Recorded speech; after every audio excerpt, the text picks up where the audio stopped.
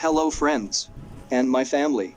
Today talking about Captain Tom Moore and Michael Ball have landed straight at the top of the iTunes chart with their charity single.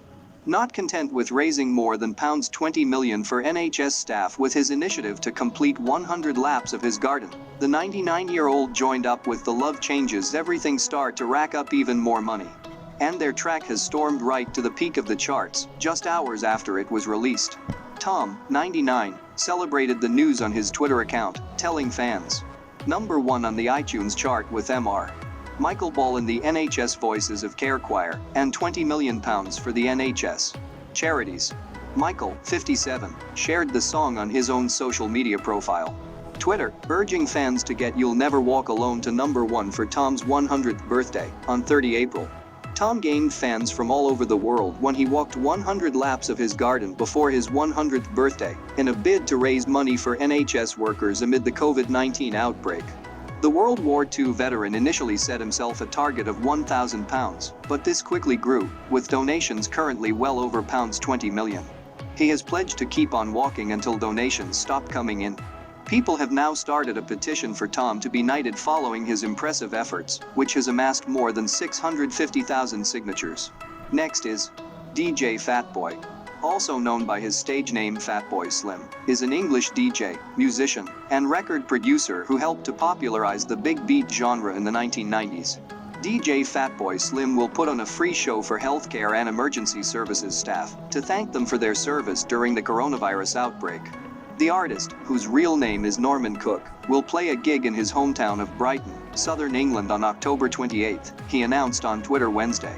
Those who work for the National Health Service, NHS, as well as ambulance and police services, are invited along with a guest, according to a statement from the venue, the Brighton Centre. Recently, friends of mine who work in the NHS asked me to send a little video message to thank and cheer on the frontline troops, and in it I, half-jokingly said, "We should all have a big party together when this is all over," Cook said in the statement. Careful what you wish for, as so many people responded to the comment. I thought, why not? By the time life returns to normal we will all want to celebrate together, and I would like to do my bit to reward and thank everyone who has been holding our lives together in these most difficult of times. Eligible workers can claim their ticket online from 7 p.m. local time, 2 p.m. Eastern Time, Friday. So I extend an invitation to all NHS doctors, nurses, support workers, porters and cleaners, plus all blue light staff, ambulance, police and fire service, and importantly to their plus ones, to let their hair down with me and dance off the cobwebs to rejoice in the end of this emergency, said Cook. Other artists have also scheduled gigs for NHS staff, including former Oasis frontman Liam Gallagher and singer Rick Astley. It's an honor to announce that I will be doing a gig for the NHS and care workers at London's THEO2 on October 29th, tweeted Gallagher on April 10th. They do an incredible job, we are very lucky to have them. LGX Astley will put on a free concert on November 1st at the SSE Arena, Wembley. Happy to announce I'm doing another free concert for NHS frontline workers, he tweeted on April 3rd.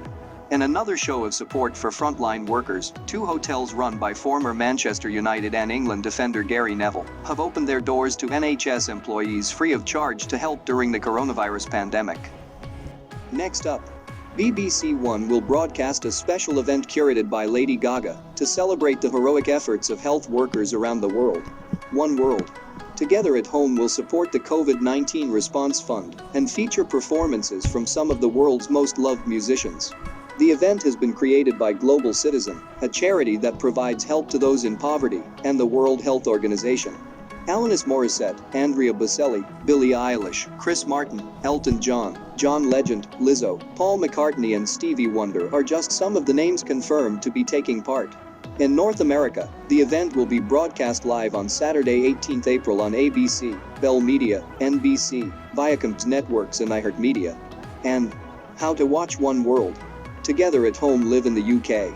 In the UK, BBC One will broadcast an adapted version on Sunday 19 April at 7:15 p.m, featuring highlights, exclusive performances from UK artists, and interviews with frontline workers.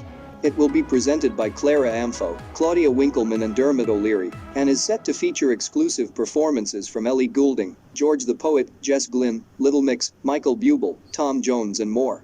In a statement, O'Leary said, Clara, Claudia and I will bring UK viewers even more unique performances from the likes of Ellie Goulding, George the Poet, Jess Glynn, The Kingdom Choir, Little Mix, Michael Bublé, Ragbone Man, Skip Marley and Tom Jones, to name a few. It will be a fitting tribute to those who are giving and sacrificing so much for our society.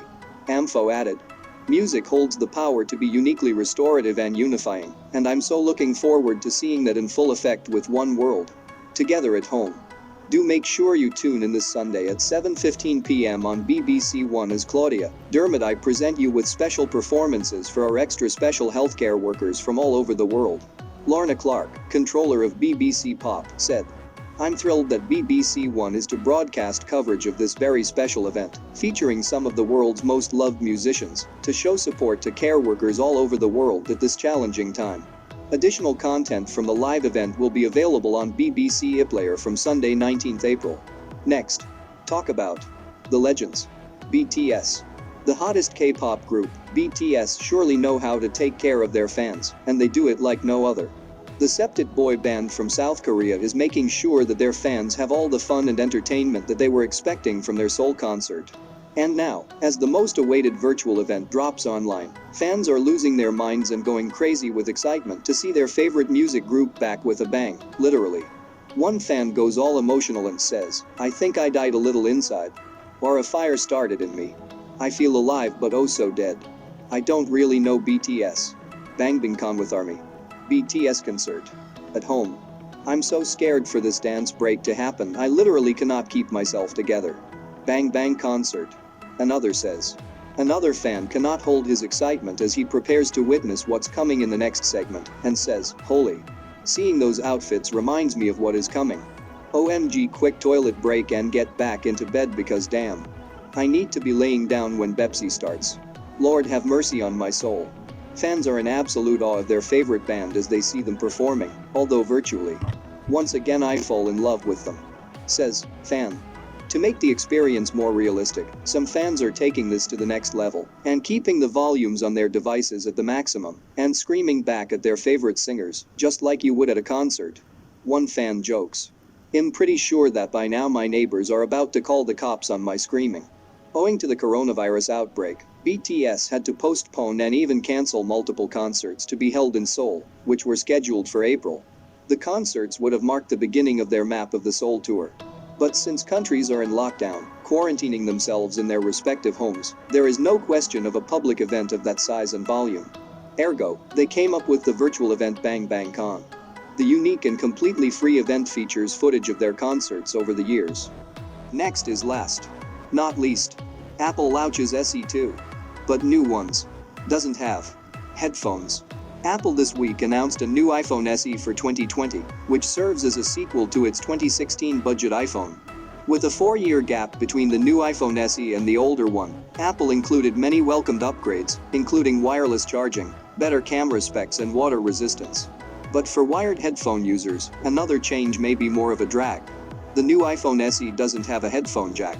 Since 2017 and starting with the iPhone 7, Apple began to leave out the audio port from its handsets, and it hasn't looked back. This is unlike, for example, Google, which didn't equip its 2019 Pixel 4 flagship with a headphone jack, but included the port in its budget Pixel 3a phone. If you don't want to listen to music or calls through the phone's speaker, you'll either need to use wireless Bluetooth headphones, attach a dongle or use headphones that connect via the phone's Lightning port. The 4.7-inch iPhone SE starts at $399, £419 or $749, and goes on sale April 17.